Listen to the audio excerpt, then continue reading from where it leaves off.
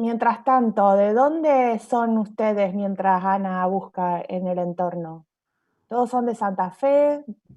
¿Desde dónde están cursando? Paraná. Paraná, Entre Sí, Ríos. de Santa Fe. Paraná. Paraná. Bueno, disculpen, Bárbaro. Gracias. hay alumnos de muchas ciudades, así que todos cuídense y bueno, es un gusto, por supuesto, poder comunicarnos con todos ustedes desde tan lejos. Les voy a ir mostrando, a ver si ustedes pueden ver la pantalla. Sí, re bien. ¿Sí? ¿Lo ven bien? Sí. Bueno, entonces, si pudieron entrar, acá les comentamos, bueno, bienvenidos al campus, Morfología Normal. Nutrición es exactamente el mismo formato, así que elegí uno al azar, pero es el mismo formato. Debajo de novedades, ¿sí?, está las condiciones para obtener la regularidad de la asignatura. El cursado 2020, debido a la pandemia, por supuesto, el cursado va a ser virtual. Las condiciones para obtener la regularidad es el 80% de asistencia y participación activa en los trabajos prácticos realizados por Zoom, con cámara y audio encendido. Con esto queremos insistir bastante, puesto que el trabajo en el laboratorio va a ser reemplazado por la observación de microfotografías de los preparados histológicos mediante una reunión de Zoom. Pero ustedes van a estar con la cámara encendida, con el audio encendido, hoy porque es una situación que es un coloquio, digamos, están todos con el audio apagado porque son casi 200 o más alumnos, ¿no? En cambio, los trabajos prácticos van a ser de no más de 11 o 12 alumnos y por lo tanto ustedes van a estar con la cámara encendida y el audio encendido participando de las actividades que les proponen los docentes. Además de esa primera condición, van a tener que tener el 80% de las actividades de trabajos prácticos que van a ser enviadas por ustedes por el entorno virtual, presentadas y aprobadas. Y el 80% de los evaluatorios de trabajos prácticos, que va a ser una pequeña pruebita que se les va a tomar en los últimos 15 minutos del trabajo práctico, también aprobados. Todo esto queda en el entorno virtual, toda esta información, tanto para bioquímica como para nutrición, para que ustedes siempre sepan qué condiciones tienen que tener para quedar regulares. Bueno, cualquier duda que tengan, la consultan por el chat, ¿verdad? Continuamos hacia abajo. A ver, perdonen que no puedo bajar, ahí estamos. Bueno, acá les ponemos la citación en azul de los coloquios del día martes, que sería el de este horario, ¿verdad? De anatomía. La asignatura se llama Anatomía e Histología para Nutrición y Morfología Normal para Bioquímica. Y consta de dos partes. Una gran parte que es anatomía, que es el estudio del cuerpo humano, desde el punto de vista macroscópico, es decir, de lo observable a simple vista, y otra parte que es histología, que es observado al microscopio. Entonces, en azul les pusimos el link de Zoom del horario de los martes, que es el horario de anatomía, y en verde del horario de histología, que son los lunes de 10 a 12. ¿Sí? Bueno, seguimos hacia abajo, tanto para bioquímica como nutrición, hay un link que dice cronograma 2020 de ambas asignaturas, y ahí pueden ver semana por semana los temas que van a ir viendo, tanto en el coloquio como en los trabajos prácticos.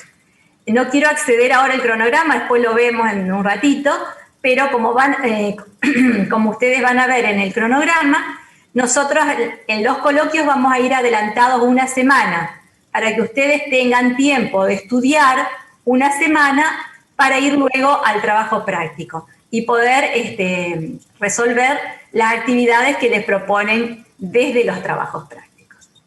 Bueno, acá está la pantallita deseándoles feliz día del estudiante y de la primavera de ayer. Deseamos que hayan pasado un lindo día. Y después viene debajo el horario de consulta, tanto de anatomía e histología, también el link de Zoom, son todos los jueves a las 10 horas excepto cuando haya semanas de exámenes. Como en este cuatrimestre no va a haber exámenes, recién va a haber en diciembre, vamos a encontrarnos todos los jueves a las 10 horas en los horarios de consulta. Los coloquios, tanto de anatomía que doy yo e histología que da la profesora Mariana, y los horarios de consulta, por supuesto, no son obligatorios. Los que son obligatorios son las actividades de trabajos prácticos, cuyos links les vamos a subir en el entorno virtual ya en los próximos días, porque todavía no los han enviado desde Bedelia. Pero trabajos prácticos comienzan la semana que viene. Es decir, que esta semana ustedes se dedican a estudiar los contenidos que les vamos a dar hoy y los que la profesora Mariana ya les dejó en el entorno. Bueno, seguimos.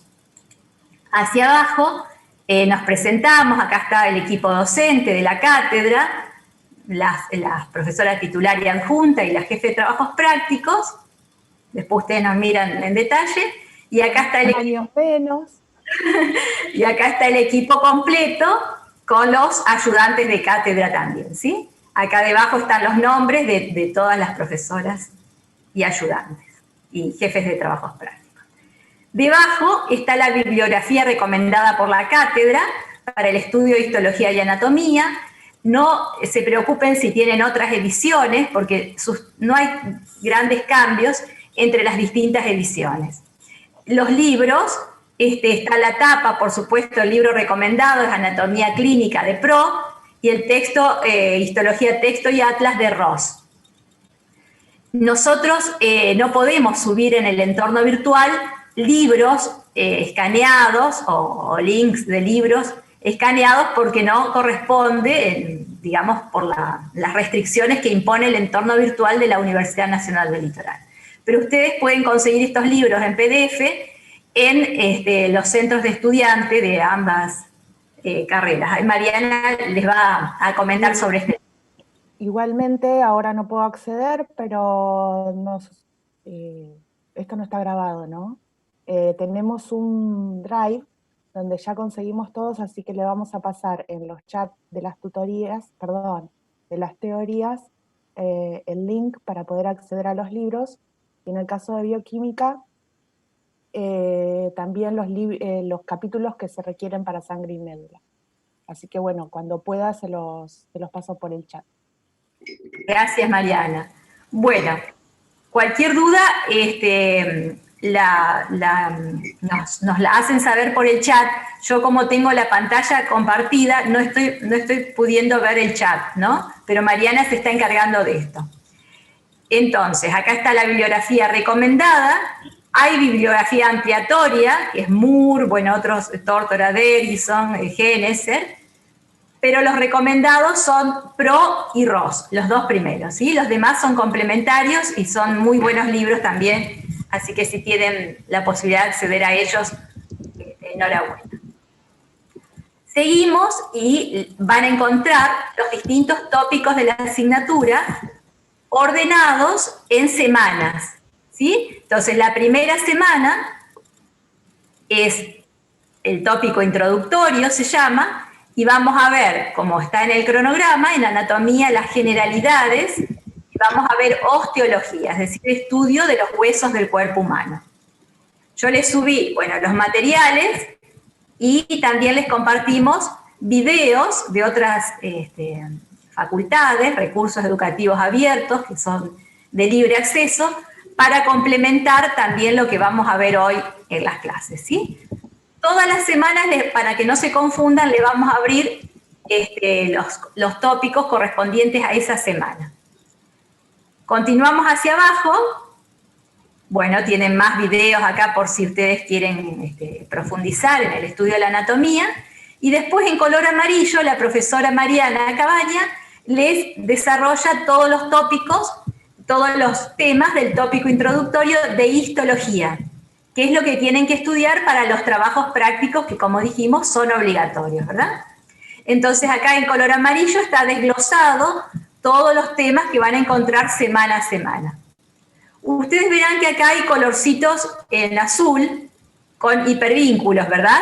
Si ustedes hacen clic en ese hipervínculo, no lo voy a hacer yo para no confundirlos tanto, pero cuando ustedes hacen clic en el hipervínculo, los va a subir o los va a enviar a unos videos que la profesora Mariana les hizo para los temas de esta semana. Dado que ayer fue feriado, los temas correspondientes a esta semana están subidos en estos videos que se llaman Generalidades del estudio de los tejidos, Tejidos epiteliales y conjuntivos. Haciendo clic acá van a ir a los correspondientes videos de las clases del día de ayer, que por el día feriado no se pueden dar, pero que la profesora se los dejó grabados.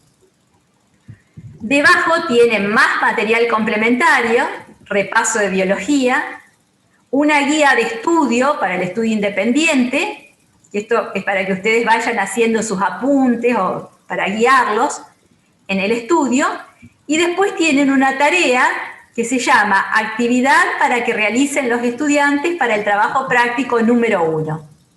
Esta tarea es obligatoria, es la que decimos que forma parte de la regularidad, entonces ustedes tienen que realizarla individualmente para cada trabajo práctico, ¿sí? Entonces el día que ustedes tienen el trabajo práctico ya tiene que estar enviada esa actividad porque van a ir trabajándola durante el trabajo práctico y las profesoras, por supuesto, la van a corregir y les van a colocar una calificación. Ya está, por supuesto, subida la primera actividad y tienen tiempo, ustedes verán que hay un tiempo límite, que es el lunes de la semana que viene, o sea que sería el lunes 28, a las 10 horas. Siempre el lunes a las 10 horas se va a terminar, digamos, el plazo para enviar la actividad para que las profesoras, las jefes de trabajos prácticos, tengan tiempo de corregirlas antes de que ustedes lleguen al trabajo práctico por si tienen que hacerle alguna sugerencia, algún cuestionamiento, etc. Y debajo tienen otro link que se llama microfotografías para que los estudiantes debatan durante el trabajo práctico número 1, en este caso, ¿no es cierto? Entonces, si hacen clic ahí, ustedes van a encontrar una serie de microfotografías que reemplazan a lo que nosotros trabajamos habitualmente en el laboratorio con el microscopio. Por ejemplo, en el primer trabajo práctico van a ver los epitelios. Entonces tienen fotografías de epitelio simple plano, simple cúbico, simple cilíndrico, etc. Y entonces ustedes van a tratar, no tienen nombre, y ustedes durante el trabajo práctico, con la ayuda de las profesoras y profesores, van a tratar de identificar de qué se tratan esas microfotografías, ¿sí? Así que tienen todos los materiales ya subidos y cargados en el entorno virtual. Hicimos el ejemplo para bioquímica, pero tienen lo mismo nutrición. Ahora... Discúlpame, hago una aclaración. Las guías que tienen ustedes para el estudio de histología tienen al final también actividades, pero esas son para autoevaluación, no se deben presentar en ningún lugar, ¿sí? Son para ustedes. Así que consideren eso cuando vean las guías de estudio. Yo igual estuve cambiándole los nombres, o sea, el título que decía actividades y poniéndoles autoevaluación para que no haya errores en el momento de qué actividades son para presentar y cuáles no. Perfecto, Mariana. Bueno, el entorno está bastante claro. También ustedes tienen la posibilidad de, frente a cualquier duda, escribirnos por medio del entorno virtual, ¿sí? Pero está bastante claro y Mariana, bueno, se encargó de ajustar las últimas cuestiones. Bueno, ahora, por ejemplo, abrí el cronograma de morfología normal, pero nutrición es lo mismo, ¿sí? Es el mismo orden. Entonces, en el cronograma, ustedes tienen la semana, los contenidos de histología, los horarios, ¿sí? ¿Qué van a hacer en los trabajos prácticos? Además, hay un foro de histología los lunes de 12 a 14 en el entorno virtual y el horario de consulta de anatomía e histología los jueves a las 8 horas, también por Zoom, ¿verdad? Bueno, acá semana a semana les mostramos el feriado de ayer, bueno, con los temas que se debieron dar ayer, pero que están subidos en forma de videos al entorno virtual. ¿Qué se ve hoy, por ejemplo? Osteología. Esta semana no se brindan trabajos prácticos, sí va a haber un foro y sí va a haber horarios de consulta, ¿sí? Ya la semana siguiente, es decir, la semana del 28, van a tener en el coloquio tejido muscular, nervioso y sistema nervioso en osteología, y ya van a tener los trabajos prácticos. Acá ustedes van a tener en los trabajos prácticos todos los temas que tienen que saber para ese trabajo práctico, ¿verdad? Y así, en todas las semanas, les vamos a ir, está claramente que se da en el coloquio, que se da en el coloquio de anatomía, de histología, que se da en los trabajos prácticos y que se da en el foro y en las consultas. Como ustedes verán, estaríamos terminando la semana del 23 de noviembre con todos los temas. Y la semana del 30 de noviembre tendríamos el parcial promocional, que va a ser único. El 30 de noviembre, lunes 30, de 10 a 12, se va a tomar un parcial a aquellos alumnos que quieran, que por supuesto que hayan quedado regulares y que deseen promocionar la asignatura, ¿sí? Van a tener la posibilidad de llevar al día la asignatura y promocionarla en forma completa, si logran, por supuesto, obtener el puntaje mínimo tanto para regularizar como después para promocionar. Bueno, esto es exactamente igual para bioquímica y nutrición. No creo que tengan dificultades en cuanto al cronograma porque es muy fácil de entender y es muy sencillo. Bueno, vuelvo al entorno virtual, ¿sí? Ustedes cualquier duda nos escriben, por supuesto, por el chat durante esta reunión y si no, después por el entorno también nos pueden escribir. Otra cosita que está pendiente es que en el CIU Guaraní están divididas las 4 comisiones de bioquímica y las 8 comisiones de nutrición. Pero hay alumnos que se anotaron en una comisión de espera. Entonces, si Mariana está de acuerdo, yo me encargaría de todos los alumnos de la comisión de espera de bioquímica, redistribuirlos en las distintas comisiones y Mariana la de nutrición. ¿Te parece, Mariana? Entonces sí, les damos... Disculpa, por chat me estaban escribiendo de que si se podía organizar la comisión de espera. Yo Claro. les comentaba que bueno, que en un ratito yo me retiro, que en todo caso después lo hablen con vos al finalizar. Exacto. Yo me parece que lo mejor son 8 alumnos, entre 8 y 10 alumnos de bioquímica y 8 a 10 alumnos de nutrición que no pudieron entrar en las comisiones.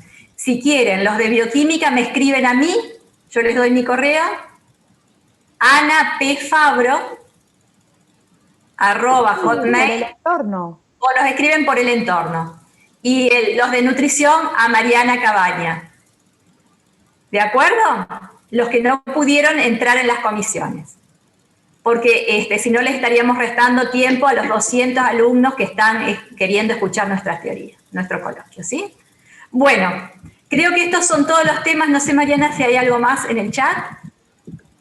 No, por lo que vi, no. Y lo que sí, yo todavía no organicé el foro de consulta, pero lo que van a tener ustedes es el foro de consulta organizado y un primer video de cómo se trabaja en un foro de consulta.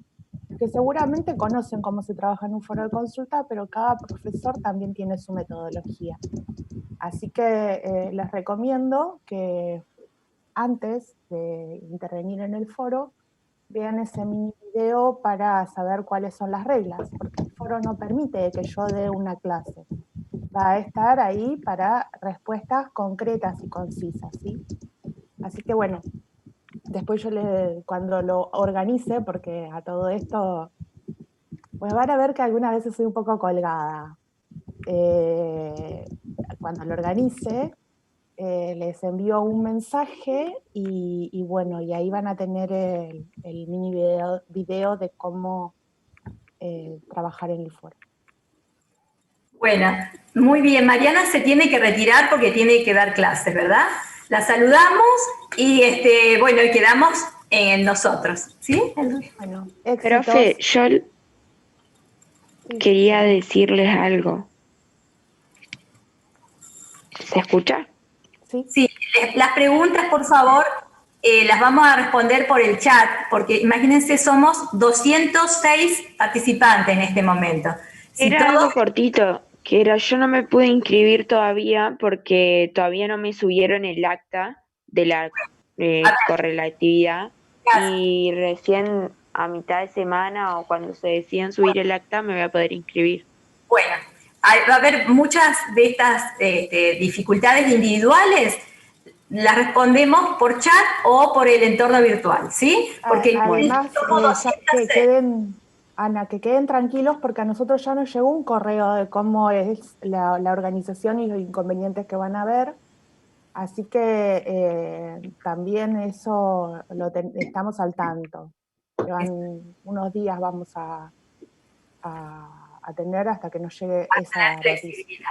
Claro, exactamente. Vamos a ser flexibles, pero en el sentido de incorporarlos a los alumnos, todos los que estén en condiciones, trataremos de incorporarlos a las comisiones, ¿sí? En lo que no vamos a ser flexibles es en las condiciones de regularidad.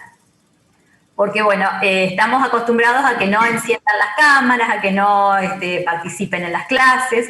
Entonces, bueno, lamentablemente, si el alumno está, qué sé yo, en una situación pasiva, que no participa en la clase, que no prende la cámara, que no tiene el audio en los trabajos prácticos, se va a considerar como una inasistencia, ¿no? Ustedes tienen claramente las condiciones de regularidad en el entorno virtual, ¿sí? Recuerden que es como nosotros hicimos un gran esfuerzo desde la cátedra, ya venían todos los que ya han cursado lo saben, nosotros tenemos un entorno virtual desde el año 2008, con todos los materiales subidos y actualizados, por supuesto, pero además les estamos brindando todo el cursado en forma igual, exactamente igual a cómo cursamos presencialmente, el mismo número de trabajos prácticos, las mismas actividades, las mismas formas de regularizar. Entonces ustedes tienen que tener la participación activa como si estuvieran en el laboratorio, ¿de acuerdo?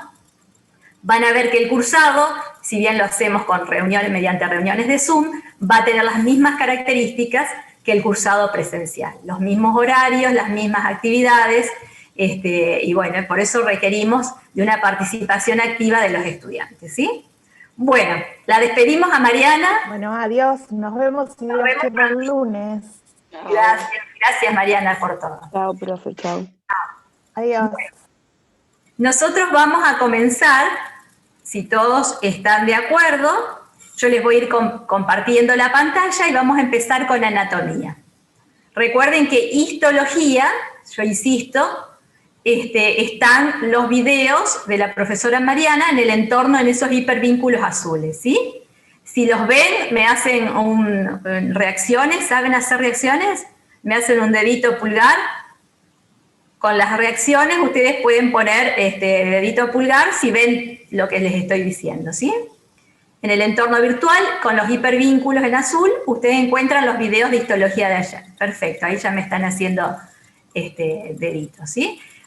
Ahora lo mismo en la teoría, ¿no? Yo tengo una cámara que me desenfoca porque cuando me muevo yo me busca el foco, ¿no? Les va a distraer un poquito. Lo que les pido es que ahora yo les voy a compartir la pantalla de anatomía, yo voy a empezar a grabar esta clase, ¿sí? Algunos alumnos me preguntaron si pueden grabar las clases. Yo no tengo problema que me graben, ¿sí? Lo que no, también esto es un vínculo de confianza con los alumnos, no me gustaría que lo suban ni a YouTube, ni a las redes sociales, ni a ningún lado, pero si ustedes las tienen para sus clases, para estudiar en su casa, yo no tengo problemas que me graben, ¿sí? Bueno, yo les voy a ir compartiendo la pantalla, aguárdenme un segundito,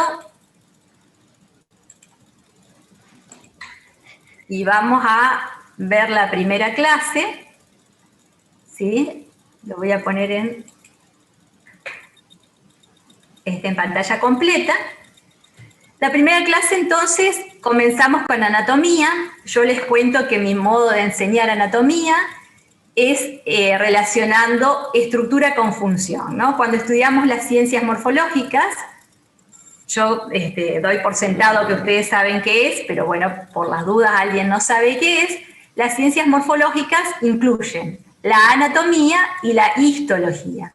La anatomía es el estudio macroscópico del cuerpo humano y la histología es el estudio microscópico de los órganos y tejidos del cuerpo humano. Entonces, tanto la anatomía como la histología va de la mano con la función. Si ustedes, por ejemplo, tienen un órgano que es macizo, tendrá una determinada función. Si un órgano es hueco, seguramente tendrá una función relacionada con ser reservorio de sustancias o pasarán sustancias a través de ese órgano, ¿verdad? Entonces siempre la estructura va de la mano con la función. Por eso decimos que vamos a hacer un aprendizaje de las ciencias morfológicas mediante un abordaje integrado correlacionando estructura con función. ¿Sí? Si ustedes, si yo marco con el mouse, ¿ustedes me ven? Háganme el... Sí, se ve. ¿Se ve? Perfecto. Muy bien. Entonces les voy a hacer, a ver, un segundito. Los voy a marcar con el mouse porque necesito algunas cositas que tengo que señalar. Bueno, ¿qué otra cosita vamos a tener siempre presente? Bueno, los que ya cursaron y son recursantes o están como alumnos oyentes, saben que yo soy muy insistente con el buenos días, con permiso, muchas gracias, por favor, ¿sí? Nuestra cátedra, bueno, tratamos de que sea una cátedra muy amable, que todos los alumnos se sientan bien, que todos nos entendamos. Estamos siempre respondiendo permanentemente sus consultas, una cátedra que está muy al servicio de los estudiantes y que por supuesto queremos que sea retribuido también esto, ¿no? Entonces, bueno, una forma de llevarnos bien y de retribuir un poquito el esfuerzo que todos estamos haciendo es mantener estas cuestiones mínimas, ¿no es cierto?, de buena, ¿cómo diríamos?, de buena ciudadanía, ¿no? Donde nosotros decimos buenos días, permiso, muchas gracias, por favor. Lo mismo cuando nos dirigimos por medio del correo electrónico, por medio del entorno virtual, buenos días profesora, muchas gracias, por favor, me puede decir tal cosa, responder cuando uno les envía la información, ¿no? Yo todos estos meses estuve contestando, no sé, miles, no quiero exagerar, pero miles de correos electrónicos durante ya sea el primer cuatrimestre y todos estos meses, y generalmente la información llega al estudiante, pero no retorna, ¿no? No me dicen gracias, recibido, bueno. Entonces nos queda la duda si lo han recibido, si han, digamos, recibido la información y si está todo en orden, ¿no? Así que estas cuestiones, no solo para nuestra cátedra, sino para la vida, ¿no? Nosotros vamos a ser profesionales de la salud, tanto los bioquímicos como los nutricionistas, y las relaciones interpersonales son fundamentales. Bueno, continuamos entonces. ¿Qué más para decirles? Como ustedes ven, el nombre de los dos cursos en el entorno virtual se llaman Morfología Normal, Guía para el Autoaprendizaje, y Anatomía e Histología, Guía para el Autoaprendizaje. Esto no es un nombre arbitrario, sino que es un nombre que está muy pensado, porque ustedes son responsables, ¿no es cierto? Al estar en la universidad, son responsables de sus aprendizajes, son responsables de su formación académica. Entonces, nosotros lo que hacemos es promover sus autoaprendizajes, ¿sí? No estamos llenando un cántaro de sus cabecitas, ¿no? Al contrario, estamos despertándolos. Estamos tratando de que ustedes aprendan por sí mismos, no solo en la pandemia ahora, ¿no? Siempre, todo el tiempo favoreciendo esto del aprendizaje autónomo. El aprendizaje dirigido, ¿sí? Es un proceso que subestima las capacidades del estudiante, ¿no? Entonces el aprendizaje es un proceso psicológico individual del cual yo como alumno soy responsable, ¿no? Nunca puede haber aprendizaje si yo no pongo de mi parte una gran cuota de responsabilidad y de compromiso con lo que estoy aprendiendo, ¿no es cierto? Cuando ustedes me dicen, por ejemplo, ¿hasta dónde estudio? ¿Hasta dónde estudio? no va a haber un techo, jamás le vamos a poner un techo a ustedes. Al contrario, el techo no existe, ¿no? Ustedes van a estudiar hasta donde tengan ganas. Sí le podemos poner un piso, que es el piso de la regularidad, o el que va a promocionar, por supuesto, ¿no? Determinados contenidos mínimos. Pero después ustedes, hasta dónde estudian, o de qué libros estudian, o de qué manera estudian, es la responsabilidad del estudiante, ¿no? Bueno. Por eso insisto nuevamente en que ustedes sean participantes activos. En estas clases va a ser casi imposible que ustedes participen activamente porque imagínense que son 200 estudiantes. Lo que podemos hacer es, bueno, mediante chat o mediante las reacciones y demás pueden hacer una pequeña participación activa. Pero bueno, en los trabajos prácticos tienen que actuar, ¿sí? Las profesoras les van a poner unas fotos que simulan unas microfotografías de lo que ustedes tendrían que ver en el microscopio, y ustedes tienen que tratar de identificar de qué se trata. Entonces va a haber una participación activa que va a ser evaluada, ¿no? Las profesoras les van a ir poniendo nota y van a ser grupitos pequeños, ¿sí? Algunos son de 11 o 12 alumnos y en bioquímica son de 15 alumnos, ¿sí? Es decir, que van a tener la posibilidad, en las 2 horas que dura el trabajo práctico, de participar activamente, sacarse esos miedos, ¿sí? Abrir la cámara, abrir el audio y participar activamente. No quiero prejuzgarlos, ¿no? Pero en general, en los años anteriores, en la presencialidad, la participación es como tímida, ¿no? Entran con temor al trabajo práctico y no participan, y después se van soltando a medida que van avanzando las semanas. Pero no tengan temores, ¿sí? No tengan miedo de participar porque nadie les va a, digamos, a poner una mala nota si se equivocan, sino que justamente están aprendiendo, pero la forma de aprender es participando, ¿sí? ¿Les parece bien? A ver, háganme deditos para arriba, si les parece bien. ¿Reacciones? Bien, a ver, ahí los veo. Muy bien. Perfecto. Bueno. Aguárdenme, ustedes ven todo esto cuando yo los quiero ver a ustedes, la pantalla se me pone toda grande. Ahí estamos. Bueno, voy a pasar a otra. Bueno, esto dijimos que el aprendizaje, que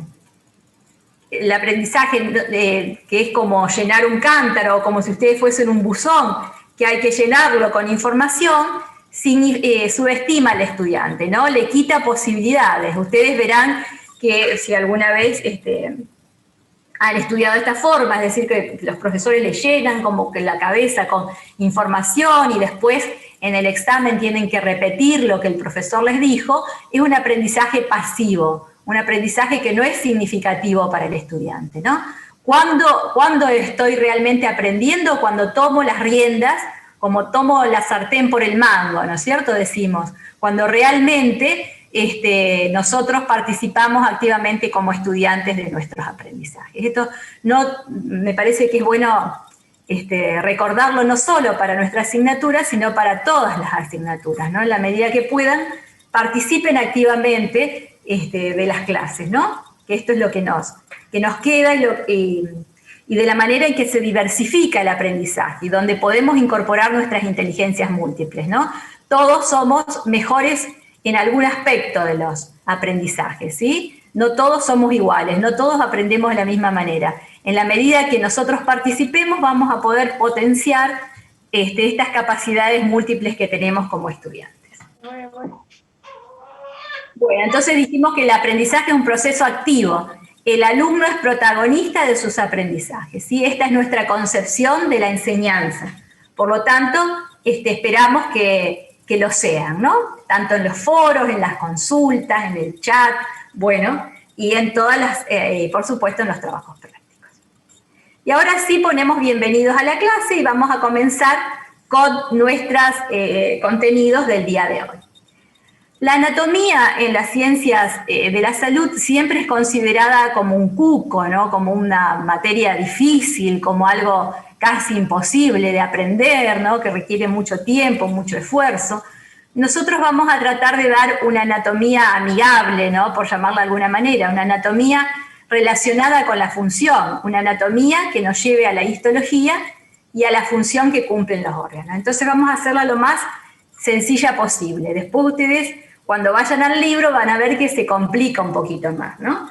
Pero bueno, yo voy a tratar de darle los conocimientos lo más,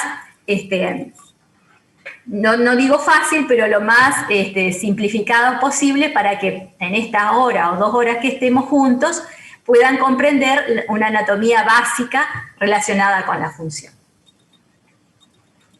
Entonces, vamos a ver que para poder estudiar anatomía, vamos a requerir de una posición anatómica de referencia. Es decir, nosotros tenemos que utilizar un lenguaje que sea siempre el mismo, ¿no es cierto? Que sea igual, para que todos estemos de acuerdo a qué nos estamos refiriendo. Entonces, para eso tenemos lo que llamamos la posición anatómica de referencia, que requiere que la persona, el ser humano, esté de pie, con la cabeza erecta, es decir, sin inclinación, con los ojos abiertos, mirando al frente, y todos, por supuesto, al mismo nivel, los brazos extendidos a lo largo del cuerpo, las palmas hacia adelante, el dedo pulgar hacia el exterior, las piernas extendidas y ligeramente separadas, y los pies paralelos. Esta es la posición anatómica de referencia. Les doy un ejemplo. ¿Por qué tenemos que poner el pulgar para afuera? Porque si decimos, por ejemplo, que el radio es un hueso externo, ¿sí? Lo tenemos que considerar, este es el radio, ¿no es cierto? El que está externamente, pero está externamente en la posición anatómica, es decir, con el brazo extendido. Si damos vuelta hacia adentro, el radio nos va a quedar interno. ¿Se entiende? Entonces, ¿por qué tenemos que tener posiciones anatómicas de referencia? Para que lo que estamos estudiando, todos lo veamos de la misma manera, ¿sí? Con el dedo pulgar hacia afuera, ¿sí? A ver cómo lo hago acá en la cámara, el radio me queda en forma externa. Entonces el radio es un hueso externo, ¿no? Mientras que el cúbito es interno. Les doy un ejemplo sencillo, pero todo en el cuerpo humano tiene que estar referenciado según esta posición anatómica de referencia. También vamos a estudiar distintos planos anatómicos, ¿sí? Para ver cómo cortamos a ese cuerpo humano para poder estudiarlo. Entonces tenemos, en primer lugar, un plano sagital. Como ustedes ven, es un plano perpendicular al piso, ¿sí? Al eje del piso, un plano perpendicular que divide al cuerpo humano en 2 mitades, derecha e izquierda. También otro de los planos de estudio es el plano horizontal o transversal, ¿sí? Que puede estar dado a distintas alturas del cuerpo humano según qué órgano queremos estudiar o qué cavidad queremos estudiar. Es un plano horizontal, es decir, paralelo al piso, que divide al cuerpo humano en una región superior y en otra región inferior. Otro de los planos es el plano frontal o coronal, que es perpendicular al piso, ¿sí? Y divide al cuerpo humano en una región anterior o ventral y una región posterior o dorsal. Continuamos. Algunos de los términos de relación podemos ver que son anterior, posterior, superior, inferior, medial, lateral. Van a encontrar muchísimos de estos términos, por supuesto no los voy a mencionar todos, pero ustedes los van a ir encontrando en estas clases, lo vamos a ir trabajando, y además es la terminología que se encuentra en los libros de anatomía, ¿sí? Bueno, no vamos a mencionar todos porque es un nuevo lenguaje que ustedes tienen que ir adquiriendo, que se llama terminología anatómica. No es necesario que lo aprendan ni en la primera clase, ni en la segunda clase, ni en la tercera clase. Lo tienen que ir incorporando a lo largo de todo el cuatrimestre. ¿Sí? Bueno, somos 205 participantes, ahora 206. ¿Sí? a los que se han unido últimamente, por favor, coloquen el nombre de usuario como corresponde, no con números ni sobrenombres. ¿Sí? Bueno, continuamos. Disculpen un segundito que no puedo pasar a la próxima diapositiva. Bueno, acá hay más términos de comparación, que no vamos a ir leyendo todos. Y ahora vamos a estudiar las cavidades corporales. Hay un micrófono que está encendido de alguien, ¿no? Cavidades corporales. Entonces, para poder incorporar las estructuras o los órganos que se encuentran en el cuerpo humano, no sé si es lo primero que habría que estudiar, pero por lo menos en mi concepción de la enseñanza de la anatomía, me parece que lo más sencillo es empezar por las cavidades corporales. Entonces, acá tenemos una primera imagen que es bien sencillita, y después vamos a otra que está acá a la derecha, que es un poquito más compleja. Pero para que ustedes entiendan, la primera cavidad que vamos a mencionar es la cavidad craneana, ¿sí? Es decir, el cráneo, que es una cavidad formada por un esqueleto óseo que aloja en su interior al encéfalo, fundamentalmente, ¿no? Al encéfalo de los órganos de los sentidos.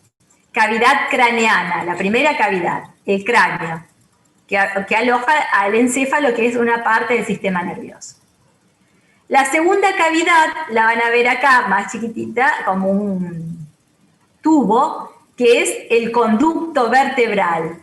El conducto vertebral es el espacio que queda entre los agujeros de la superposición de las vértebras de la columna vertebral, ¿sí? Todo este conducto se llama conducto vertebral y es una cavidad que aloja justamente a la médula espinal. La tercera cavidad que vamos a mencionar es la cavidad torácica, ¿sí? Torácica con C, no con X, ¿no? Torácica.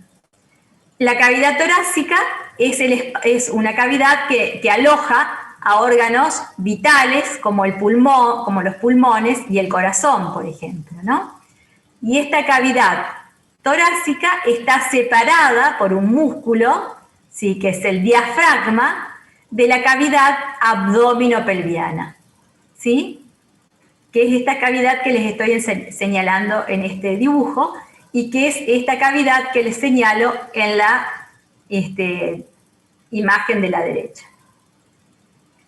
Entonces, repetimos, para que les quede bien claro, los que están anotando, tomando apuntes, no sé si me graban o toman apuntes, pero tenemos 4 cavidades. La primera cavidad, cavidad craneana, aloja al encéfalo y a los órganos de los sentidos. La segunda cavidad se llama conducto vertebral, aloja la médula espinal. La tercera cavidad es la cavidad torácica, que aloja a órganos como los pulmones y el corazón. Y la cuarta cavidad es la cavidad abdominopelviana, que algunos libros los dividen en abdomen y pelvis, ¿sí? Pero podemos llamarla cavidad abdominopelviana, que aloja a los órganos, por ejemplo, el aparato digestivo, los órganos reproductores, los riñones, los órganos del aparato urinario. Bueno, seguimos con la próxima diapositiva. Si nos situamos en la cavidad abdominal, vamos a ver que tenemos líneas imaginarias, que son estas, 2 verticales y 2 horizontales, que después ustedes estudian del libro quiénes delimitan o por dónde pasan esas líneas imaginarias, que van a dividir a esa región abdominopelviana en 9 regiones que llamamos topográficas o regiones superficiales. La superior derecha se llama hipocondrio derecho, la del medio y superior epigastrio, la izquierda superior hipocondrio izquierdo, luego debajo flanco derecho, región umbilical, flanco izquierdo, fosa ilíaca derecha, hipogastrio y fosa ilíaca izquierda. ¿Para qué nos sirven estas regiones topográficas? Por ejemplo, pensamos en el hígado. El hígado es un órgano que se aloja de esta manera, ¿no es cierto?, en la cavidad abdominal. Y tiene una forma de esta manera que les estoy haciendo con el mouse.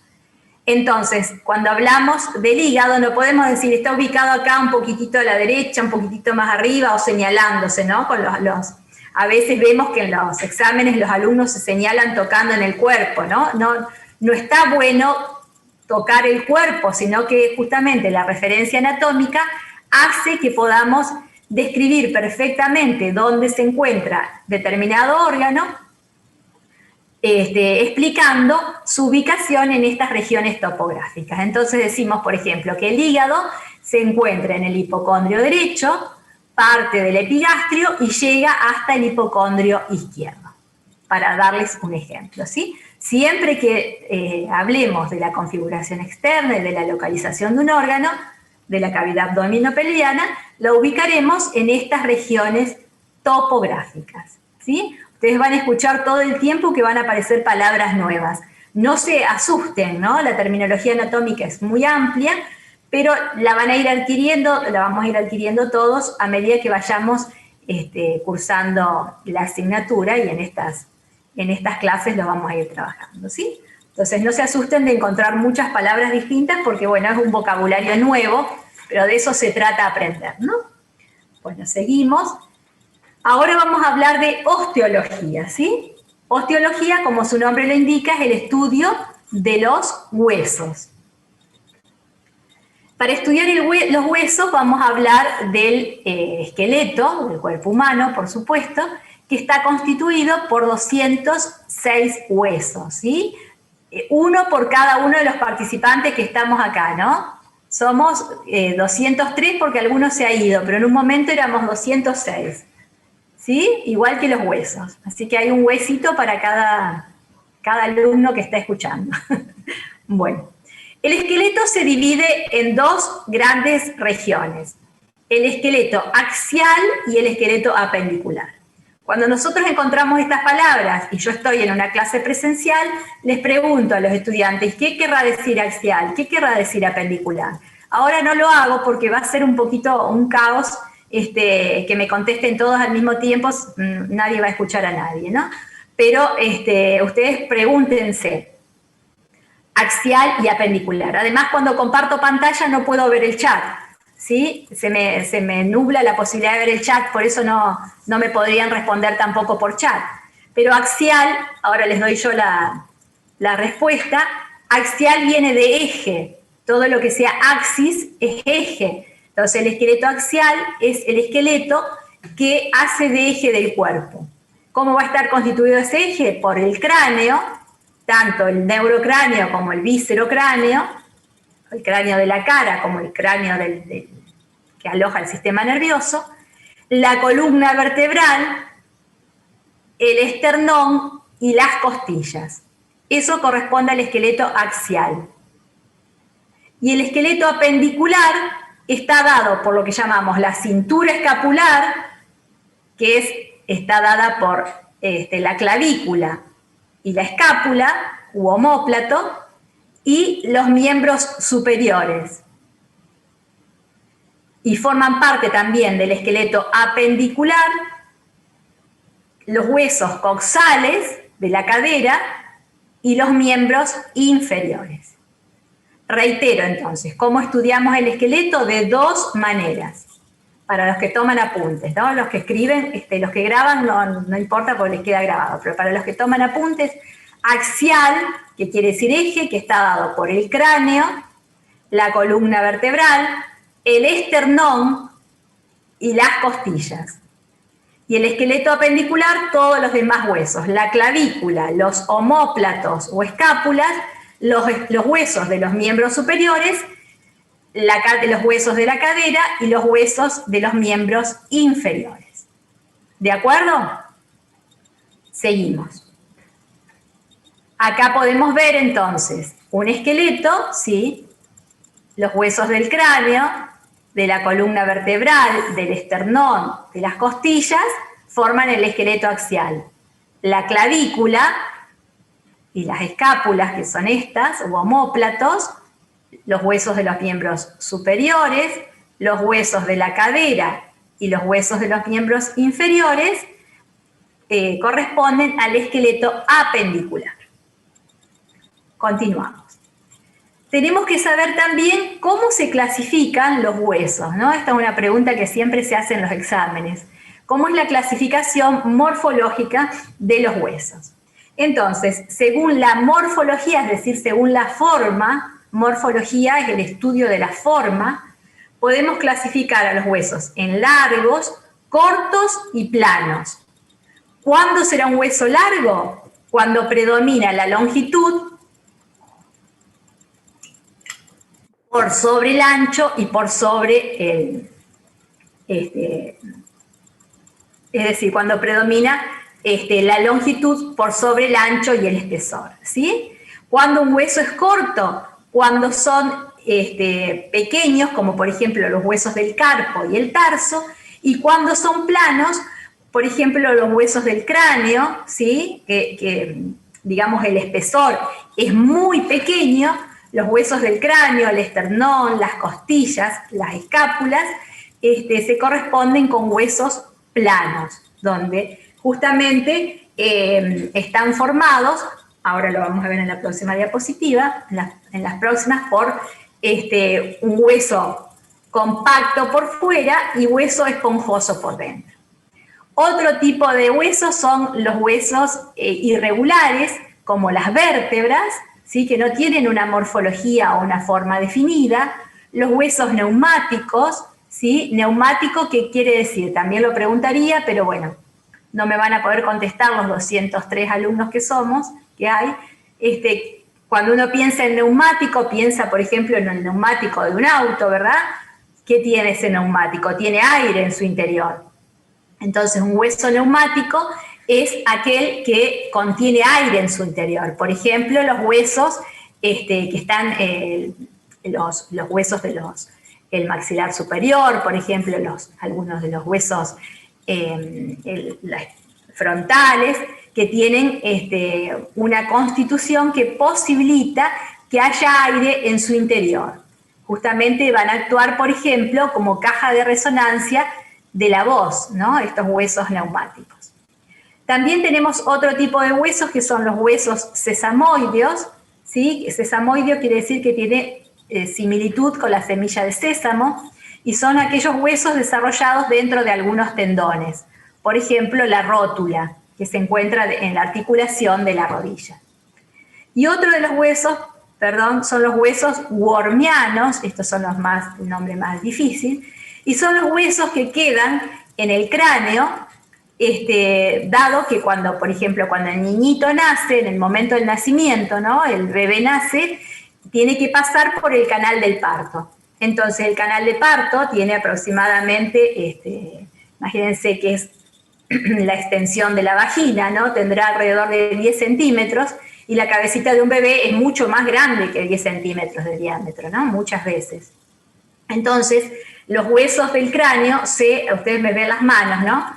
Se solapan, ¿sí? Cabalgan entre sí para poder disminuir el diámetro de la cabecita de los bebés al momento de salir por el canal de parto. Entonces, esos pequeños huesitos que están, todavía no están totalmente desarrollados, se llaman huesos wormianos y quedan hasta su osificación definitiva, ¿sí? Generalmente, uno puede ver en un cráneo, ¿no? Real, si se ha desenterrado, por ejemplo, un esqueleto, ¿no? Y no se sabe a quién pertenece, se puede ver si es un niño, o si es un joven, o si es un adulto, a partir de si esos huesitos están completamente soldados con los huesos que le continúan en la caja craneana, ¿no? En la cavidad craneana. Ahora vamos a ver dibujitos, esquemas para que ustedes puedan entender lo que les estoy diciendo. Acá, por ejemplo, vemos el húmero como ejemplo de hueso largo, ¿sí? Los huesos del carpo como ejemplo de huesos cortos, el esternón como ejemplo de hueso plano, las vértebras como ejemplo de huesos irregulares, no tienen una forma definida, y la patela o rótula, que está dentro de la articulación de la rodilla, como un ejemplo de hueso sesamoide.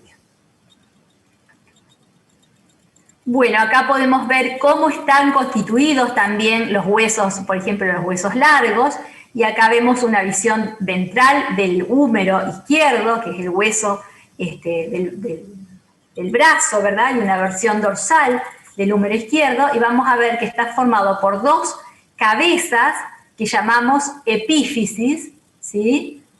Las dos cabezas de un hueso largo se llaman epífisis, están cubiertas por cartílago y alino, generalmente, después ya lo vamos a ir viendo, que es esa superficie nacarada que ustedes pueden ver en algunos huesos si van a la carnicería, ¿no? Si compran carne o le dan un huesito al perrito, pueden ver la estructura nacarada que tiene las epífisis de los huesos largos. Y la porción intermedia es la diáfisis. Entre la diáfisis y las epífisis hay una región, un disco que se llama metáfisis, que es un disco de tejido cartilaginoso que posibilita el crecimiento de los huesos a lo largo, o sea, el crecimiento en alto de los huesos, ¿no?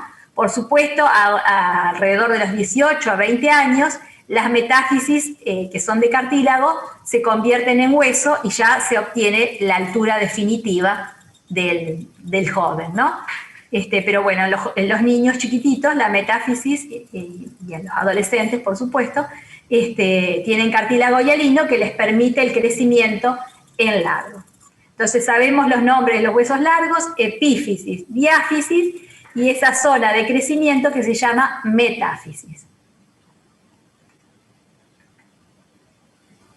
¿Cómo está constituido histológicamente? Las epífisis de los huesos largos, acá lo ven, ¿sí? Está constituido por un tejido que es esponjoso, ¿sí? Cuando los alumnos no entienden qué es un tejido esponjoso, óseo esponjoso, yo les digo que se acuerden del chocolate aireado. ¿Cómo se llama el chocolate aireado? Siempre no sé cómo se llama ahora, soft, algo así. El chocolate que tiene todo ese trabeculado de chocolate con espacios, ¿verdad? En su interior de aire. En ese espacio, ¿sí? Se acumula la médula ósea, se aloja la médula ósea, acá, ¿verdad? Entonces las epífisis son de tejido óseo esponjoso. Y las diáfisis, ¿sí? Lo ven acá, las diáfisis tienen una abundante irrigación que está dada por la arteria nutricia, que ustedes están viendo que ingresa, y ven que está coloreado en color amarillo, porque tienen lo que llamamos la médula ósea amarilla, que es una médula ósea inactiva, pero no obstante puede regenerar en situaciones extremas, cuando no hay, por ejemplo, frente a una infección viral que ha afectado a la producción de glóbulos rojos o una enfermedad, la médula ósea amarilla que está en los huesos largos puede regenerar células sanguíneas, ¿no? Bueno, esto lo vamos a ir aprendiendo a lo largo del cursado. Es mucha información para hoy, para un mismo día, pero ya lo vamos a ir aprendiendo, ¿verdad? Pero ahí lo podemos ver en color amarillo, la médula ósea amarilla, en la diáfisis de los huesos largos. Ejemplos de huesos cortos, los huesos del carpo, que tienen distintos nombres: escafoides, trapezoides, trapecio, grande, piriforme, pisiforme, ganchoso y semilunar. No hace falta que sepan los nombres, pero sí que sepan que los huesos cortos, ¿sí? En los que más o menos el ancho, el largo y la profundidad, las tres dimensiones, son del mismo tamaño, ¿sí? Los huesos de la mano. Ahora vamos a ver ejemplos de huesos planos, y tenemos los huesos del cráneo, ¿sí? Acá vemos un hueso del cráneo con sus suturas, ¿sí? Fíjense, acá vemos, este es un hueso, un ejemplo de hueso del cráneo que tiene distintos tipos de bordes, llamados suturas. ¿Por qué decimos que los huesos del cráneo se unen mediante suturas? Porque si nosotros pensamos que el cráneo, ¿sí?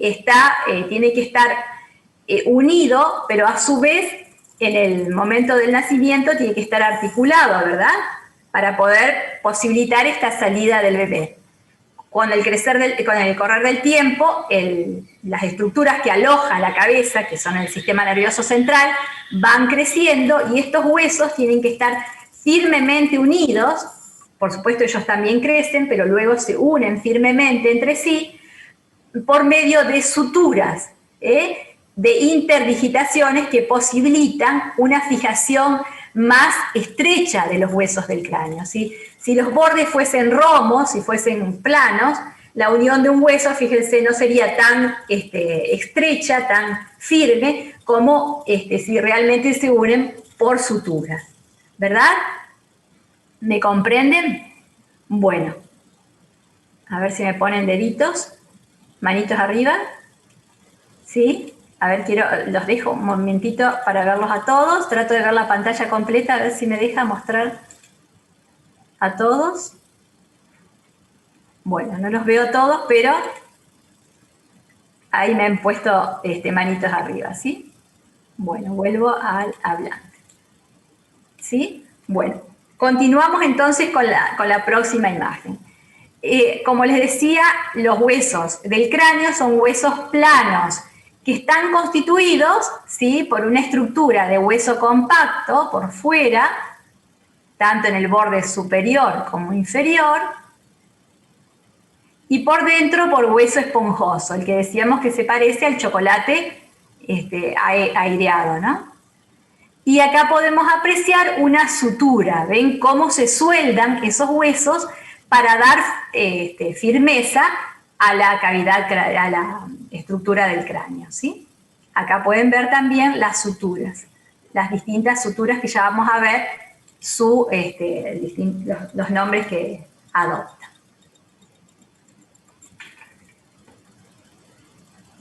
Vamos a la próxima diapositiva. Bueno, acá les voy a hablar un poquitito de lo que son los reparos óseos o accidentes óseos. Y entonces ustedes siempre me preguntan, ¿tengo que saber todos los reparos óseos de los huesos? Yo lo que les voy a decir es que no necesariamente, ¿sí? De algunos de los principales, por ejemplo, estos son los huesos, es el hueso del muslo, ¿verdad? Es el fémur. Entonces el fémur está formado por una cabeza, ¿sí?, un trocánter mayor y un trocánter menor, y tiene una fosita en esa cabeza del fémur, una fosita que posibilita esta cabeza del fémur articularse con el hueso coxal de la cadera. ¿Vieron ustedes cuando un ancianito se quiebra, dicen se quebró la cadera? En general lo que sucede es una fractura a este nivel. Lo que se fractura es la cabeza del fémur, ¿sí?, que se articula con una estructura cóncava que tiene el hueso coxal de la cadera. Entonces, cuando estudiamos articulaciones, sí tenemos que saber algunos de estos reparos óseos para poder entender las articulaciones. Pero, por ejemplo, los huesos coxales, que son los huesos de la cadera, tienen más de 60 reparos óseos o accidentes óseos. No es necesario que lo sepan, ¿sí? No es necesario que sepan los reparos óseos de todos los huesos del cuerpo, ¿sí? Con que sepan los nombres de los huesos, la ubicación, qué función cumplen, por ejemplo, en este caso la cabeza del fémur se articula con la concavidad, del hueso coxal para formar la articulación de la cadera, está más que bien, ¿sí? Por supuesto, si ustedes quieren saber más, pueden hacerlo, porque nunca les vamos a poner techo en lo que ustedes quieran saber, ¿no? Pero recuerden que los libros de anatomía están editados o están escritos para estudiantes de medicina. Entonces nosotros no tenemos que tener la profundidad que tiene la anatomía de un estudiante de medicina que seguramente en el futuro va a realizar una cirugía, ¿no? Pues, según las distintas especialidades pueden dedicarse a realizar cirugías y por lo tanto requieren de una anatomía mucho más compleja que la que necesitamos como estudiantes de bioquímica y de nutrición. Bueno, ahora vamos a hablar de artrología. La artrología es el estudio de las articulaciones, ¿no? Ahí aprendemos los sufijos y los prefijos y los sufijos. El prefijo artro quiere decir articulación, y logía o logo es estudio, entonces estudio de las articulaciones. Las clasificaciones de las articulaciones son muchas, ¿sí? Ustedes los van a ver en los libros de anatomía que son muchas. Nosotros lo que vamos a estudiar es la clasificación según el grado de movilidad, es decir, aquellas articulaciones que se muevan mucho, que se mueven poco o que no se mueven. Entonces, vamos a hablar de sinartrosis, que son las articulaciones inmóviles, es decir, aquellas articulaciones que no posibilitan ningún movimiento. El ejemplo típico de la sinartrosis son las articulaciones del cráneo, de los huesos del cráneo, ¿sí? Lo que llamamos las suturas. Las suturas son articulaciones inmóviles. Los huesos del cráneo en el adulto no se mueven, ¿no? Están fijos por medio de suturas. Otro tipo de articulaciones son las anfiartrosis, que son articulaciones semimóviles, es decir, que se mueven poco, no tienen un movimiento completo. Y las diartrosis son articulaciones móviles, completamente móviles.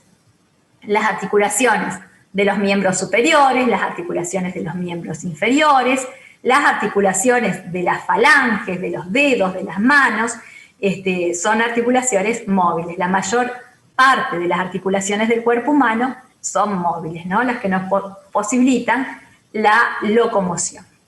Y ahora vamos a ver ejemplos de los distintos tipos de articulaciones. Dijimos sinartrosis, las suturas de los huesos del cráneo, por ejemplo, la sutura coronal, que es esta, ¿no? Que forma como una coronita, por eso le llamamos sutura coronal, entre el frontal y los dos huesos parietales.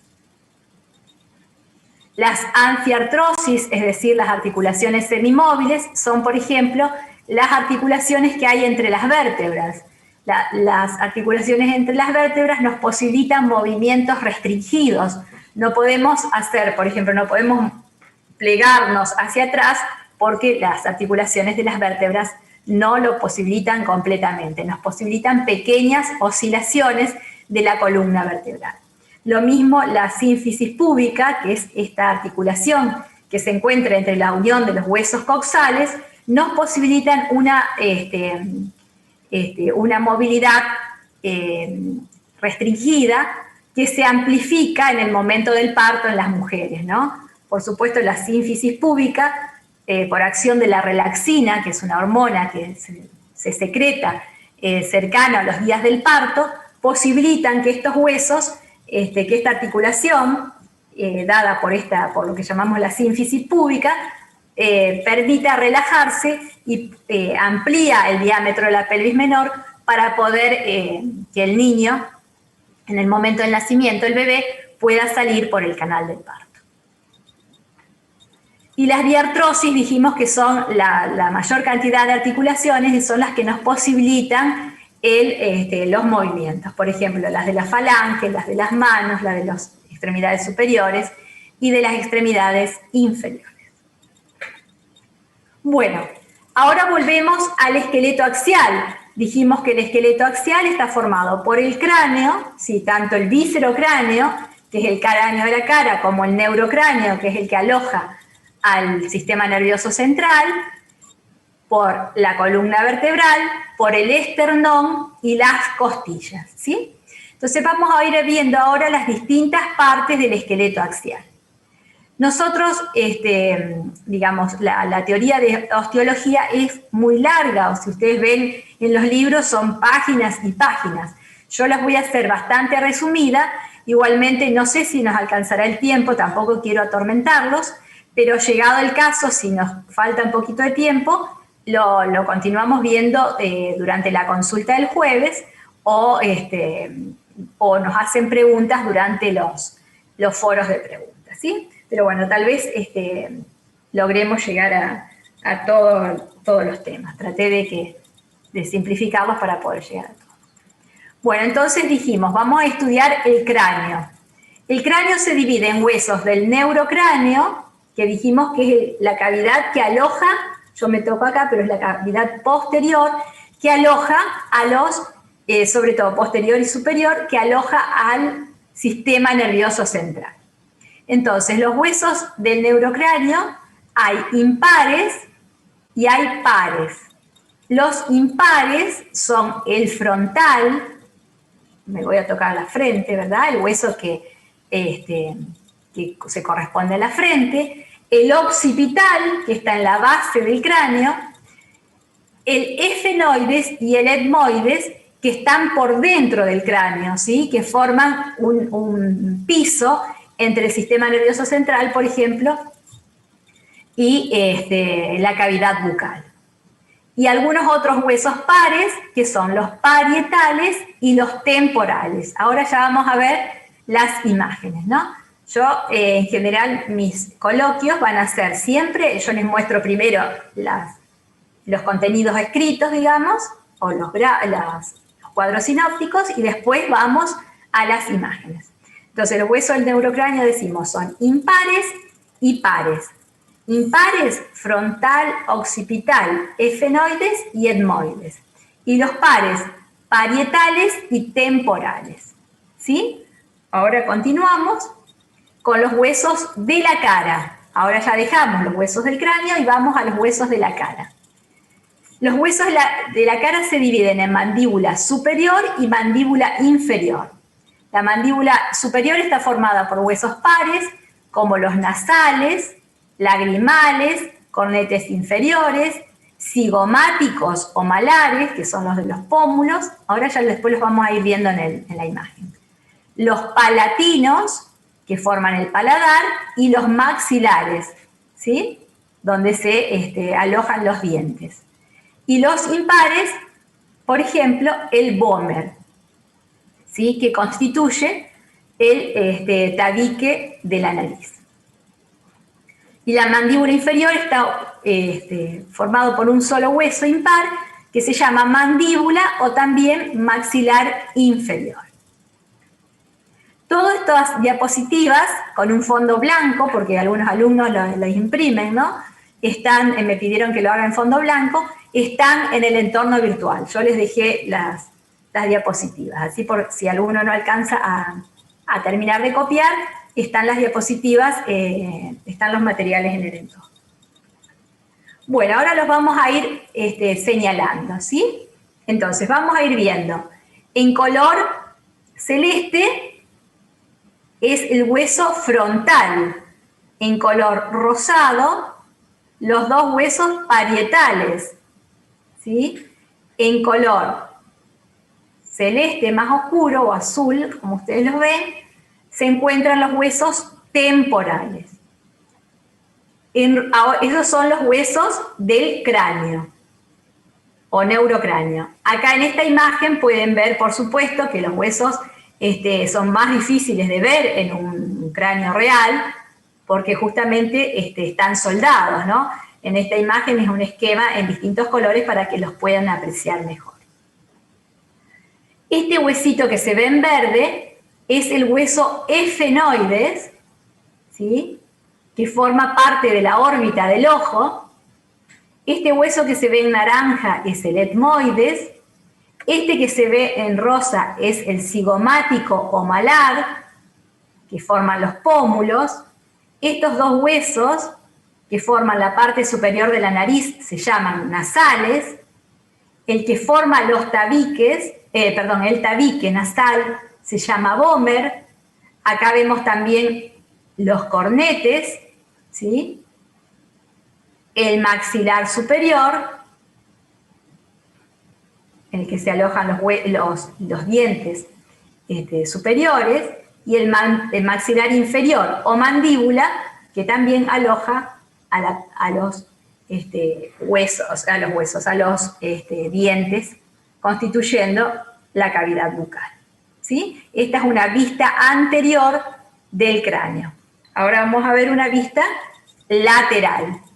Con los mismos colores que representamos la anterior diapositiva, los vamos a ver de esta manera.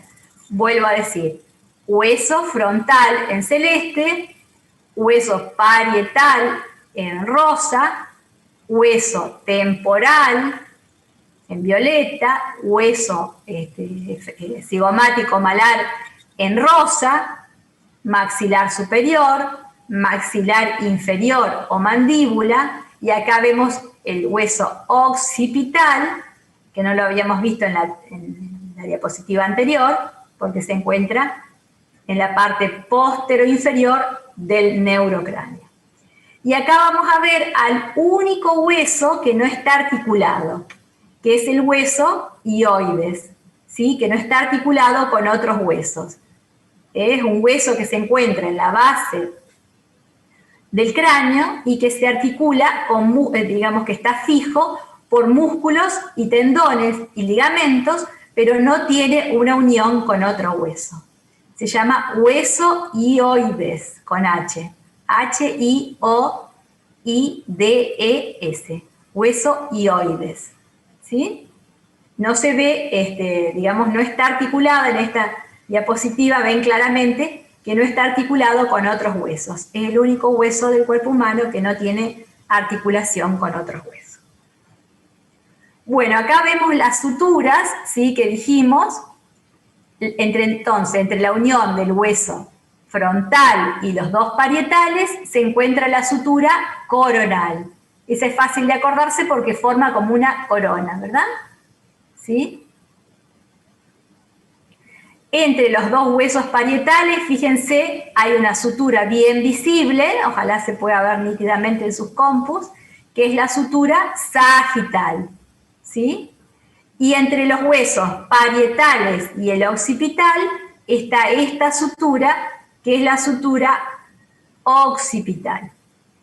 Como verán, este cráneo es de un ancianito, de una persona mayor, porque no apreciamos los huesos wormianos.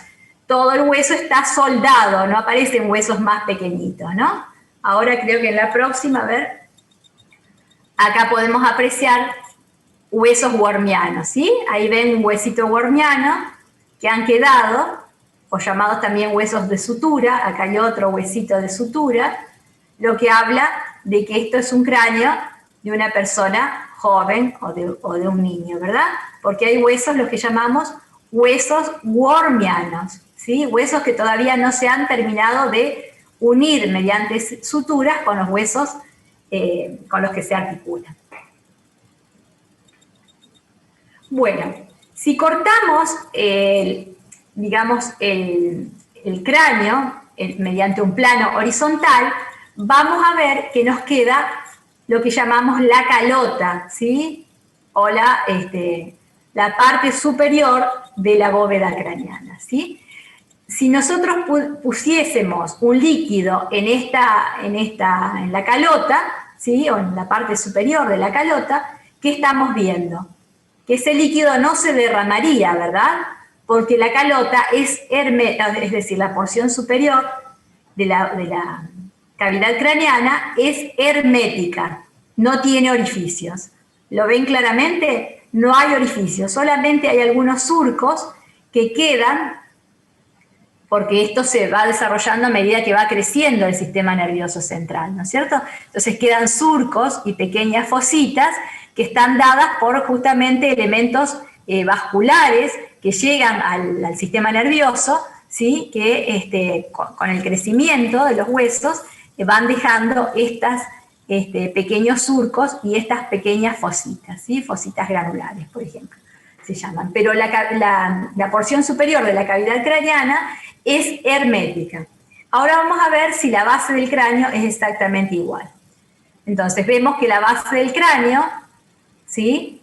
No es hermética, tiene grandes orificios, ¿sí? El principal orificio que vemos es este foramen, orificio se dice en anatomía foramen, este foramen que se llama foramen magno o foramen occipital, que es un agujero del hueso occipital, por el que justamente discurre el sistema nervioso central, porque acá estaría alojado, a ver si me ven así, estaría alojado el encéfalo, pero después se tiene que continuar con la médula espinal, ¿verdad? Entonces, el encéfalo se continúa con la médula espinal por este orificio, que es el foramen magno.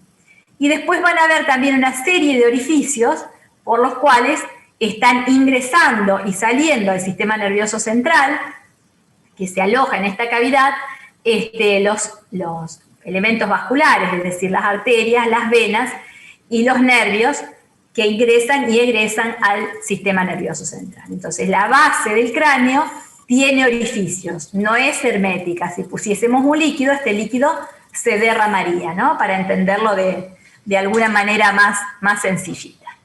Bueno. Continuamos entonces con la misma imagen. Ahora vemos la base del cráneo y podemos ver los distintos colores de los órganos, de los huesos, perdón. Entonces vemos otra vez en celeste el hueso frontal, en verde vemos el hueso esfenoides, en este color naranja el hueso etmoides, acá vemos el hueso occipital, que es el de la base del cráneo, y por supuesto vemos los huesos parietales y apenitas los huesos temporales, ¿sí? Todo esto ustedes tienen que ir aprendiendo a reconocerlos en las distintas vistas. Vieron que vimos por un lado una vista superior, una vista anterior, después vimos un plano de corte horizontal. Entonces, siempre que estudiemos, ya sea en este caso la osteología, pero también, por ejemplo, el corazón o los distintos órganos del cuerpo, lo vamos a ir estudiando desde distintas vistas y desde distintos planos. Bueno, ahora vamos a ir a la columna vertebral, ¿sí? Dejamos el cráneo, que no tiene mayores complicaciones, ¿no? El cráneo no es muy difícil de aprender, pero bueno, tiene nombres muy nuevos para ustedes, después ya se van a ir familiarizando, y nos vamos a la columna vertebral, que estará formada por vértebras. ¿Cuáles son estas vértebras? 7 vértebras cervicales quiere decir relativas al cuello, 12 vértebras torácicas, también llamadas dorsales, que se corresponden con el tórax, 5 vértebras lumbares, 5 sacras y 4 o 5 coxígeas, que como están soldadas, ¿sí? El coxis ya vamos a ir viendo, se sueldan entre sí las vértebras, a veces son 4, a veces son 5. En total hay de 33 a 34 vértebras. Acá vemos las imágenes, ¿no es cierto?, de la columna vertebral, las 7 vértebras cervicales, es decir, las del cuello, luego las 12 torácicas, luego las 5 lumbares, y después tenemos a un huesito que es el sacro, y por último al huesito más pequeñito que es el coxis, ¿sí? que llamamos comúnmente el huesito dulce, ¿sí? Que está también formado por la soldadura de vértebras. Acá vemos entonces también una vista anterior de la columna vertebral, una vista posterior y una vista lateral. Vemos que la columna vertebral tiene curvaturas, ¿sí?, que posibilitan la postura, ¿verdad? Y acá podemos ver que las vértebras cervicales, por ejemplo estas 7, son distintas de las vértebras torácicas y de las vértebras lumbares. Y acá vemos el sacro, hueso sacro, que es ¿sí?, formado también por la soldadura de las vértebras sacras, y el más chiquitito de todos, que es el coxis, también formado por la soldadura o la fusión de las últimas vértebras coxígeas. Como pueden apreciar, por ejemplo, acá en el sacro se observan orificios, ¿sí?, y la posición de las distintas vértebras también dejan orificios por los que entran y salen los nervios raquídeos, ¿sí? Entran y salen nervios a la columna vertebral porque recuerden que dentro de la columna vertebral hay un orificio, que es el conducto vertebral, que aloja a la médula espinal, ¿sí? Bueno. Acá es lo que les estaba explicando, la posición de las vértebras. Aposición quiere decir la superposición de las vértebras, ¿sí? La posición o superposición de las vértebras define agujeros que se llaman forámenes intervertebrales por los que entran y salen los nervios raquídeos. Este es un ejemplo de cómo con con los años, ¿sí? Este disco, este anillo fibroso de los discos intervertebrales que hay entre una vértebra y otra, ¿ven que hay un disco? ¿Sí? El disco está formado por un anillo, un núcleo pulposo y un núcleo fibroso, de tejido cartilaginoso fibroso. Con el paso del tiempo, ese disco se aplana. Por eso es que los ancianitos tienen una altura menor que la altura que tenían en la juventud, ¿verdad? De esta manera vemos cómo se va aplanando con los años este disco, o también puede suceder por levantamiento de pesas, bueno, por movimientos inadecuados de la columna vertebral, se van aplanando esos discos intervertebrales, generando mucho dolor, ¿no? Y generando también patologías como por ejemplo la hernia de disco, ¿no? Bueno, en esta diapositiva lo que quiero mostrarle es que las vértebras no todos tienen la misma morfología. Es decir, no todas tienen la misma forma. Esta, por ejemplo, es la primera vértebra cervical, que se llama atlas. Esta es la segunda vértebra cervical, que se llama axis, ¿sí? Esta es una vértebra dorsal, por ejemplo. Esta es una vértebra lumbar. Esta es una vértebra del hueso sacro, o sea, una vértebra sacra. Todas tienen distintas formas. Entonces no me voy a estudiar la forma de todas las vértebras porque me llevaría mucho tiempo, pero sí vamos a ir razonando por qué tienen distintas formas, ¿no? Entonces pensamos, por ejemplo, el atlas, que es la primera vértebra cervical, van a ver que tiene un agujero vertebral o orificio vertebral o foramen vertebral mucho más grande que una vértebra sacra, por ejemplo. ¿Y eso a qué se debe? A que la médula espinal, la estructura nerviosa, está descendiendo del encéfalo, ¿sí? Con un tallo más grueso, que luego se va a ir afinando hacia el final de la columna vertebral. Como circula por este conducto vertebral, siempre a nivel de las vértebras cervicales, el orificio vertebral o foramen vertebral va a ser más grande que el foramen vertebral de una vértebra sacra, por ejemplo. Y en cuanto al cuerpo de la vértebra, fíjense, una vértebra sacra presenta un cuerpo, o sea, una estructura ósea muy grande, lo mismo una vértebra lumbar, mientras que el cuerpo vertebral de una vértebra cervical es mucho más chiquita. ¿Por qué tiene que tener una vértebra sacra mayor cuerpo vertebral, lo mismo que la lumbar? Porque está soportando el peso de todo el tronco y de la cabeza. O sea, está soportando el peso de prácticamente toda la parte superior del cuerpo. En cambio, el atlas, que es la primera vértebra cervical, solo soporta el peso de la cabeza. ¿Se entiende? Entonces vamos razonando, sin tener que estudiar de memoria, por qué el atlas o las vértebras cervicales tienen una morfología definida y por qué las vértebras que están más inferiores, como el sacro, las vértebras sacras tienen una morfología en la que predomina el cuerpo vertebral, ¿no? Es otro ejemplo de cómo podemos razonar la estructura con la función, para no estudiar de memoria la anatomía, ¿no?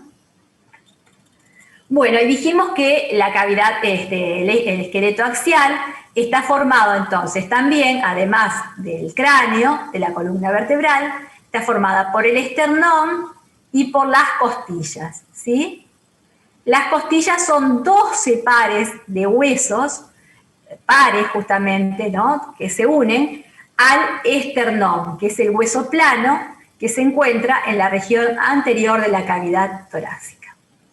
La morfología de las costillas, no es necesario que lo sepan, pero bueno, tiene un cuerpo, tiene una tuberosidad, un cuello, una cabeza, y van a ver que se va articulando, ¿sí?, en el extremo inferior con los cartílagos costales, que son estas estructuras que vemos acá, que las fijan al esternón. ¿Por qué tiene que haber entre las costillas y el esternón cartílagos costales?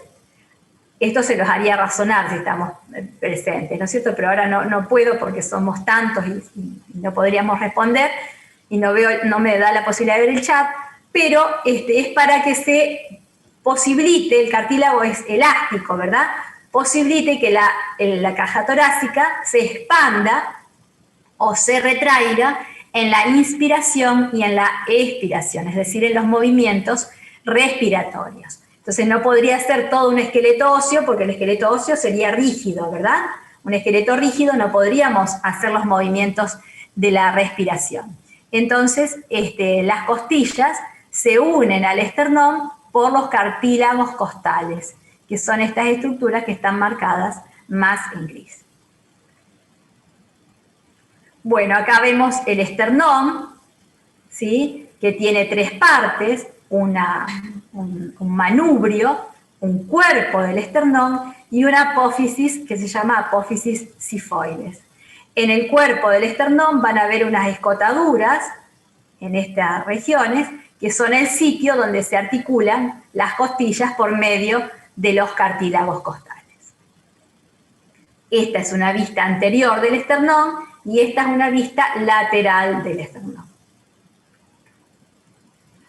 Bueno, el esqueleto apendicular lo vamos a decir sintéticamente para no aburrirlos ni cansarlos tanto, ¿sí? Pero está formado, ya dijimos, por lo que llamamos la cintura escapular y la cintura pélvica. ¿Sí? La cintura escapular va a estar formada por la clavícula, ¿sí? Y el omóplato, llamado también escápula, ¿sí? La cintura escapular, entonces, formado por la clavícula, que se va a articular justamente al manubrio del esternón en su borde medial y a la escápula en su borde distal, mediante una articulación con la escápula, ¿verdad? U omóplato. Esa es la cintura escapular, lo que diríamos la percha, ¿no? Del cuerpo, la percha. Clavícula con omóplato, ¿sí? O llamado también escápula. Acá vemos la clavícula, que tiene una morfología similar a una S itálica, es una S estirada, ¿sí? Que tiene un final o una epífisis acromial, que es la que se va a articular con la escápula u omóplato, y una superficie o epífisis medial que se va a articular con el hueso externo.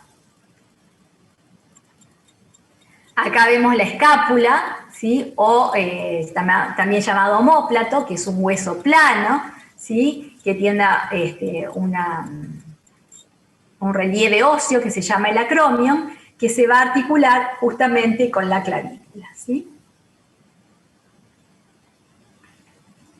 Bueno, incluye a este esqueleto apendicular el miembro superior. ¿Cómo está formado el miembro superior? Bueno, por la cintura escapular, que ya dijimos, perdón, la cintura escapular que está formada por la escápula y la clavícula, el brazo que está formado por el hueso húmero, el antebrazo que tiene 2 huesos, el cúbito y el radio. Recuerden que el radio es el externo, ¿sí? El externo es el radio y el cúbito es el interno. Y la mano, que está formada por el carpo, el metacarpo, la falange proximal, la falange media y la falange distal. Si no alcanzan a copiar estas diapositivas, no se preocupen porque están en el entorno, ¿no? Los que están tomando apuntes. Y tenemos por otro lado la cintura pelviana o cintura pélvica, que va a estar formada por ¿quién? Por los huesos coxales, ¿sí? Que dijimos son estos, que se articulan con el sacro y el coxis. Entonces la cintura pelviana está formada por los huesos coxales, se los limito acá, se los delimito, coxal derecho y coxal izquierdo, que se articulan con el hueso sacro, que es y con el coxis, que es el huesito dulce. Los 2 coxales se unen por la sínfisis púbica. Definen lo que es la cavidad pelviana, ¿sí? esto sería la pelvis mayor, y en la parte inferior la pelvis menor, donde se alojan diferentes órganos, pero sobre todo los reproductores, tanto en el hombre como en la mujer. Dijimos que además del esqueleto, en el esqueleto apendicular, además de la cintura escapular y de la cintura pélvica, están los miembros superiores y miembros inferiores. En este caso, los miembros inferiores van a estar formados, bueno, dijimos por la cintura pelviana, por el muslo, cuyo hueso es el fémur, por la pierna, que tiene 3 huesos, la rótula, la tibia y el peroné. El peroné es un hueso más delgado, la tibia es un hueso más fuerte, de mayor espesor, que es el que se puede apreciar cuando uno se palpa la pierna, podemos apreciar el borde de la tibia, ¿no? Y también está formado por el pie, cuyos huesos son los correspondientes al tarso, 7 huesos, al metatarso, 5 huesos, y a las falanges, proximal 5 huesos, media 4 huesos y distal 5 huesos. No hace falta que sepan los nombres de estos, de los huesos, tanto de la mano como del pie, no hace falta que sepan los nombres. Acá vemos el sacro, ¿no? Que lo que les decía hoy con anterioridad, que se articulan con los huesos coxales, que está formado por la unión de 1, 2, 3, 4 y 5 vértebras, ¿ven? Vértebras que se sueldan y que delimitan estos orificios sacros por donde salen e ingresan los nervios sacro y coxígeos, ¿no es cierto?, en el coxis. Acá vemos el coxis, también formado por la articulación de las últimas vértebras coxígeas, ¿no? Acá está el sacro, articulándose por el vértice del sacro con el asta del coxis, ¿sí? Con sus vértebras soldadas. El coxis es el que llamamos huesito dulce. Acá vemos la articulación pelviana completa, los huesos coxales unidos por la sínfisis púbica, que se articulan con el sacro y con el coxis, y esta es una vista superior de la cintura pélvica. También podemos ver que el hueso coxal en realidad está formado por la unión de 3 huesos que se sueldan: el ilium o ileum, el ischium o ischion y el pubis, ¿sí? Pero por supuesto en el adulto estos 3 huesos están totalmente soldados. Y vamos a ver entonces las diferencias entre la pelvis más femenina, ¿sí?, y la pelvis masculina. Podemos ver que la pelvis femenina tiene en su borde superior, es decir, desde la unión de las crestas ilíacas, un diámetro mayor, ¿sí? Un diámetro mayor. Lo mismo en la cavidad pélvica, ¿sí? Tiene un diámetro mayor que la pelvis del varón, ¿sí? ¿Por qué va a ser de diámetro mayor la pelvis mayor? Porque justamente tiene que permitir el pasaje del bebé en el nacimiento, ¿no? Y posibilitar justamente el desarrollo de un niño durante las 40 semanas de gestación.